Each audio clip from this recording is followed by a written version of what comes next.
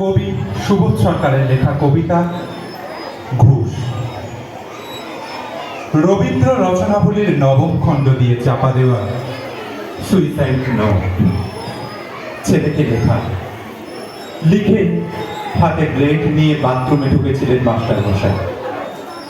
দুপুরবেলা কাজের লোক দরজার তলা দিয়ে রক্ত আসছে দেখে চিৎকার করে ওঠে।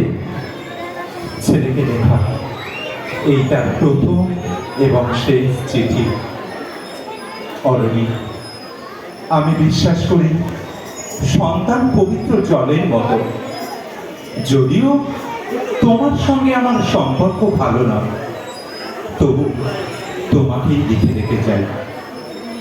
গত 2 বছর তোমার মায়ের চিকিৎসা বাবদ আমার যত সামান্য সঞ্চয় আপাতত নিঃশেষিত।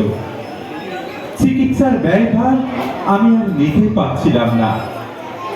জীবনে তোমার টাকা ছুঁইনি, মরেও ছোঁব না। আমি আজীবন ছাত্র পড়িয়েছি, জ্ঞান তো কোনো অন্যায় করিনি।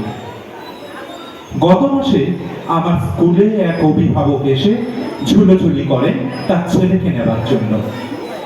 আমি প্রথম দিন ফিরিয়ে দিই, দ্বিতীয় দিন ফিরিয়ে দিই, তৃতীয় দিন পারিনি। তিনি আমাকে একটা বড় খামে 30,000 টাকা দিয়ে চলে যান। সেই টাকায় এ মাসে তোমার মায়ের চিকিৎসা চলছে। জানি না তিনি বাড়ি ফিরবেন কিনা কোনোদিনও।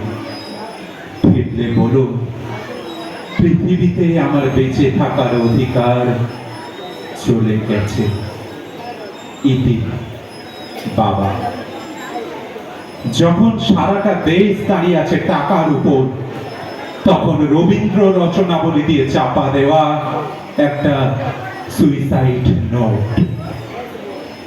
হাসপাতালে গাছের তলায় গা ছমছম করছিল। এগিয়ে গেলাম সাদা কাপড়ে ঢাকা মাস্টার মশাইয়ের দিকে।